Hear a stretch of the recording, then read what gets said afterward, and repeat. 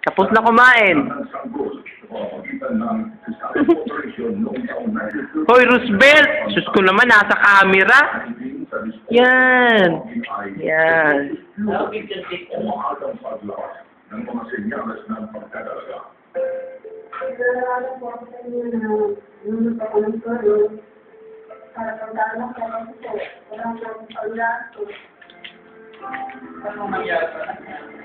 Ganda talaga ng bulaklak na yan.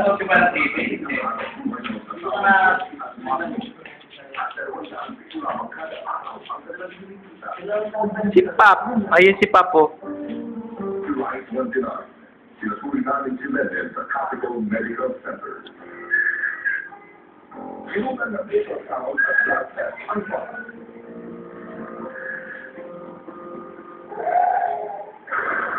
Lumakas po normal dito sa baba ng katawan. Pero meron siya automatic obviously. So parang nag-isip ko po na namin ko po sa utak. Ang kailangan ng operasyon. Kasi pinasiwala namin ito. Ito ay ito. Anong plano? Kaya ang siguro na nasa loob ng utak. Trabaho na yan. Documentation lang. Alam mo bang 1 month to go na lang ako?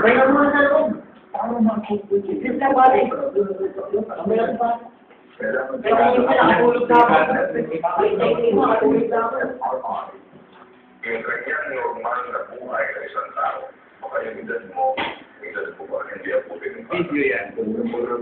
Wala si Aldrich, so di lumabas. Nagsutak sila para yan. Papunta ng kwarto. Hindi. Tingnan mo yung kwarto ng prinsesa namin. Oh! Aldrich, kusina. Ano yung banyo? Nakasara. Kasi yung... Dito si Aldred. Ano yun? May sarili pang kwarto? Oo, sarili niya. Si Aldred. 3 lang kami rito. Tingnan mo na, may sariling kwarto. May sariling kwarto si Aldred. Ay, may ilaw. Oo, kanyan. Bakit may sariling kwarto? Social yung prinsesa namin yan eh. Si Aldred. In-spoil nyo, ha?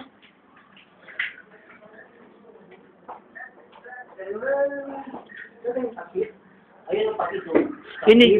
In-spoil nyo, ha? Ano, mag-isa ka? Princess namin yan eh. Ikaw ang bunso dito? Drit?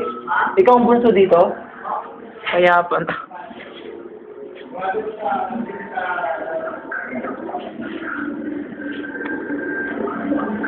Bert, magkano ka bilhin na sa akin ng time na to? 670? Kaya magkano na? 599. Sa Danube, 599. 669.